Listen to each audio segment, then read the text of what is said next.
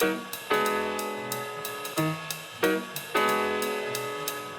Moshe Lewis, Music and Medicine, here with the incomparable Michael Phillips. What an honor. And today we're honoring Unsung Fathers with Judge Maybelline. Talk to us about how important that is for our community. It is important because there's been an unfair narrative on black men not owning up to responsibilities of fatherhood. That's a narrative that's intentionally painted that we have to fight against every single day. And I can tell you in my household, that's not what we do. So that's not what I teach my son, and that's not what I do as a father. So coming here, we have to start exemplifying a lifestyle of what it is to normalize fatherhood in our community. Even in the days of slavery, what they would do is they would isolate the father from his family. And that perpetuated itself into a perceptive value of normalcy. Right. So being here for that, it's not, we're raising money, it's scholarships, we're doing all of that, but also us being here and Judge Maybelline making sure that we can break the stereotypes and the norm of people thinking about black fatherhood is something that's extremely necessary and important. Sure. Absolutely. Talking about music and how you amplify it. So few people have your pedigree. Stevie Wonder, Michael Jackson, Prince. Talk to us just about sort of some of those things that you feel you continue to embody from those experiences that you had just starting out.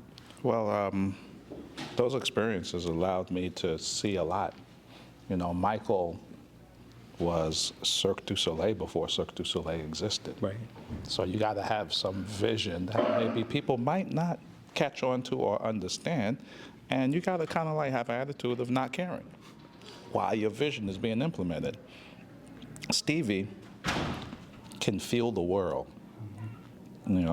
He's blind, but he can see more than what we can see and tie those things that he can see into melody and harmony. And then Prince, he knew how to do everything. He'd probably grab my horn and show me how to play it and give it back to me. So, yeah, those experiences are very important and essential for not only just the experience of it, but having something legitimate in a baton that I carry musically that I can hand down, and that's important. Absolutely. When I hear you play, using words like "you light up the room" is an understatement. You pour your soul into the instrument and help people feel your feelings. Talk to us about how important that kind of communication is with an audience, because you do it every time. Well, I think it's important because, like my favorite quote, we should get to a point in our life where we have nothing to prove but everything to share. So sharing and proving cannot occupy the same space at the same time. So either you're arrogantly making a stance and look at me, or you're having something pour through you that you're literally sharing because it's all about being selfless. So being a world-renowned musician, I know I don't want to downgrade it, but if you look at it from its core aspect, I don't think it's nothing different than working at Burger King. You remember their slogan, "Have it your way"?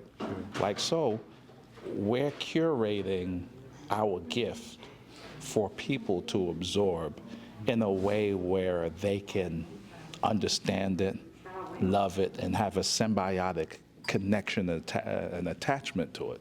So sometimes we get so beside ourselves and have an inflated sense of self-worth that we don't understand that having a gift is actually you're in service. It's you're serving.